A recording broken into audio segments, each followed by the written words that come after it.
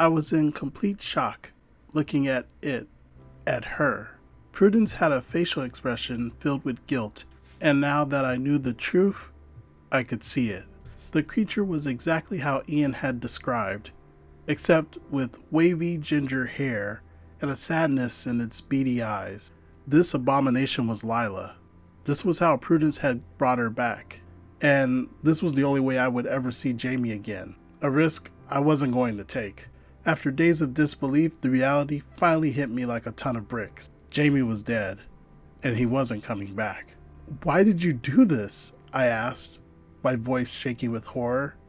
Prudence scowled at me, trying to mask her shame. "I didn't want this. If you think this was my aim, then you're sicker than I am. I just wanted my granddaughter back. When she died, a part of me died. My son blamed me. His wife blamed me. And although he never said it, I could see in Bertie's eyes that he did too. I'd pushed for her to stay. I wanted to spend more time with her. I got full of myself about my ability to cope with these strange occurrences in the flats. I know what you must be thinking, but I swear, I didn't know about the sleepwalking until it was too late. We had moved into the flat not long ago after my son left home to move in with his girlfriend. He's the youngest of 3 and was the last to fly the nest. So we downsized for the 2 of us. He never knew what we were facing in that flat, or the dangers he had sent his little girl into. When it happened, it was a few years after the fire and the troubles with the creatures. We'd struck a deal with the things in the lift, and the neighbors of the burned flats had become a fixture just like the other quirks. I really thought that she would be safe." Prudence paused to gaze longingly at the mutilated little girl in the cage. The creature just twitched. In return, it bared its 4 rows of teeth and made a gentle hiss. "But how did you do this?" I stopped her with more urgency this time, looking at Rat Lila in disbelief. I had to get answers out of her fast. I didn't want to spend any more time than was absolutely necessary in the shed. "The gardener helped me," she answered, her voice trembling. "Who the is the gardener?" I grew more impatient with every new confusion she threw at me. The last thing I needed was something new and potentially malevolent in the mix. "I didn't mention him in my note because he's been gone for over 20 years.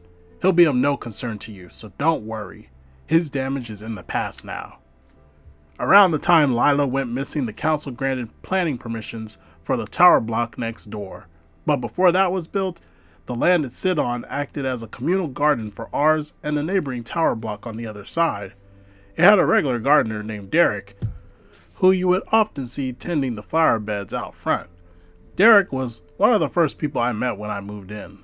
Like I said, I had to work it all out myself, and the first time the window cleaner came to the balcony, I naturally reached to let him in and offer a cup of tea. As my hand applied pressure to the handle to open the balcony door, there was a knock at the front door. I made a gesture to the cleaner to indicate that I would only be a minute, and answered. There was Derek. He stopped me and told me not to let the man in, that I would be making a huge mistake. I thought he sounded crazy, and I told him so.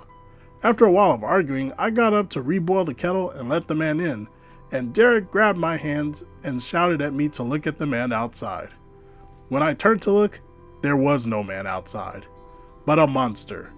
He was tall and impossibly thin. Flesh and bones, but somehow thinner than bones, with graying skin stretched over them. He had eyes that seemed to be so deep set that they went on forever, like the blackest cave you can imagine. Saliva dripped from his mouth and landed on my balcony floor, some sliding down the glass panel on the door. I opened my mouth to scream, but as I did, Derek let go of my hands and the monster was gone. In its place was that smug, friendly man begging for a drink while he cleans the windows. It took me a minute to process it, but I know what I seen. That was the real window cleaner. I never intentionally opened or tried to open the door for him again. That day, Derek didn't stay long. He didn't tell me what the window cleaner is or why he visits every few days. He didn't explain anything about the weird things that go on. As much as Derek was a part of the strange happenings, he was like one that had been carved from light. He said that he'd always be around when I needed him, that it was his job to look after the residents just like the flower beds. Over the years, he appeared a few times. He was instrumental in striking a deal with the creatures. When the neighbors died in the fire, he created a special display for them in the garden, and made sure that nothing planted was poisonous to the cats as soon as they arrived. He also stopped an imposter from killing Bernie at our front door. He seemed like such a good thing for the residents, always there to help, offer some gentle advice or a creative solution, someone to be trusted. He changed when they granted planting permissions for the other block, though. He knew his garden would be dug up to lay foundations, and his uses redundant. He became grumpy and bitter over time, but no one paid enough attention to notice, especially not when my tragedy struck. When Lila died, I was devastated. Derek appeared to me as I sat on a bench in the garden crying. He offered to help me to use the garden to get her back. I snapped at him. I told him it was his fault and that he should have been there when it happened to stop them.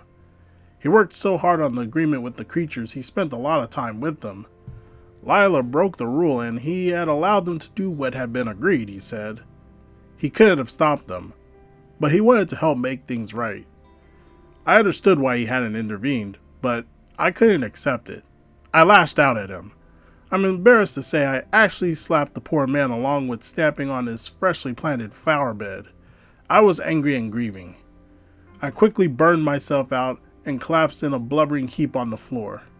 Derek attempted to comfort me, but his mind was on his garden. He said he was sorry for my loss, but I shouldn't have attacked the flower bed, that he'd always been nice to me and I should have been kinder in return. I snapped and told him that it didn't matter because it was all about to be bulldozed in the next few days anyway. I should have taken more note of the way he twitched as I said that. He snapped. He said that he knew that I was angry, but there was no need to take it out on him. If I was desperate to get Lila back, he knew a way, but it was dangerous. I begged. Anything, I said. I would do anything.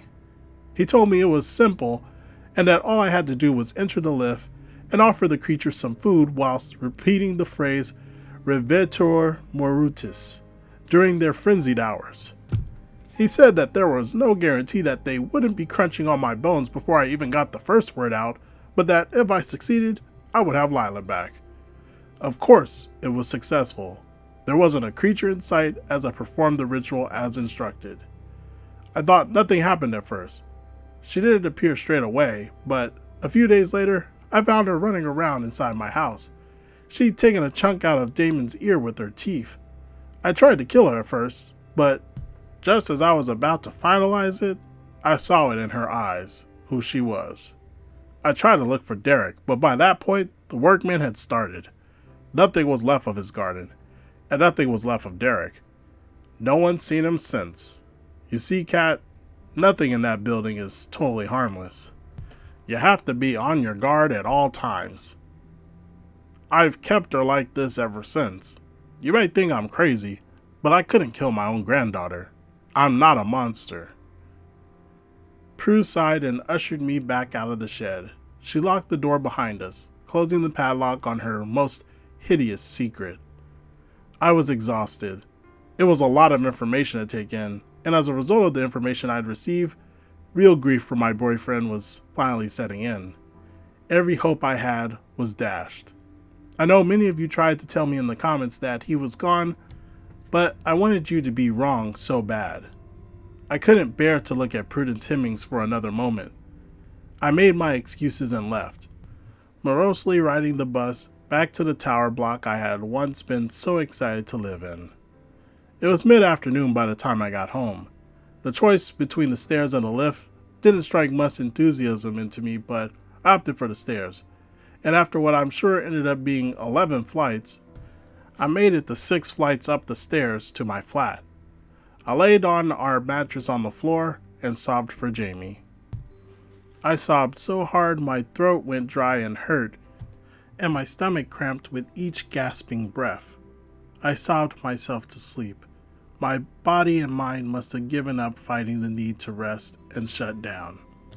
When I woke up, it was late, about 10 p.m. I wrote as much of my update as I could for you guys, hit post, and just sat at the dining table with my head in my hands. My whole life had fallen to and I knew it. I thought about so many things, questioned why they were happening to me. I searched social media for updates on Georgia, but there were none. Jamie wasn't super close with his family, but I knew it wasn't long before they'd start to worry. Everything I considered just snowballed in my mind. The loneliness in dealing with the situation was killing me. I decided to do something I usually wouldn't. I went downstairs and I knocked on the door of flat 26. Terry answered. Her perfectly bobbed hair was a little unkempt and out of place. She had huge bags under her eyes, and I could smell wine on her breath. "Are you okay, Kat?" She looked concerned. I found it ironic that she looked so disheveled. I had forgotten it was me who came for help. I'm sorry. I know I don't know you. I could barely speak. "Don't worry. Prue called me. She told me everything. I'm sorry about your boyfriend. It's a shame I never got to meet him." Terry stared back at me with the same expression a mother would. Warm and understanding. "Would you like a cup of tea? Maybe something stronger?" "I love a coffee, please," I answered meekly, making my way into the living room. Her sofa was comfy. It reminded me of being back home at my parents' before any of this started. Terry trotted out to the kitchen, stumbling slightly. I could see the kitchen counter from the sofa, and the empty bottle of wine that accounted for her stumbling. As she boiled the kettle, there was a huge crash from somewhere inside the flat. I jumped, feeling startled. Terry coughed in a meager attempt to conceal the noise. "Excuse me for just a moment, please," she muttered apprehensively as she walked out of the living room and into the hallway containing the bedrooms. I heard another crash, giggling, and some inaudible shouting. After a while, things went quiet, and Terry came back into the living room. "Sorry about that. Kids, you know," she announced, brushing off the noises. I'd almost forgotten about Eddie and Ellie. It was late already, and by the resigned expression on Terry's face, indicated that this was how all her nights began. I nodded. I couldn't muster out much more of a response.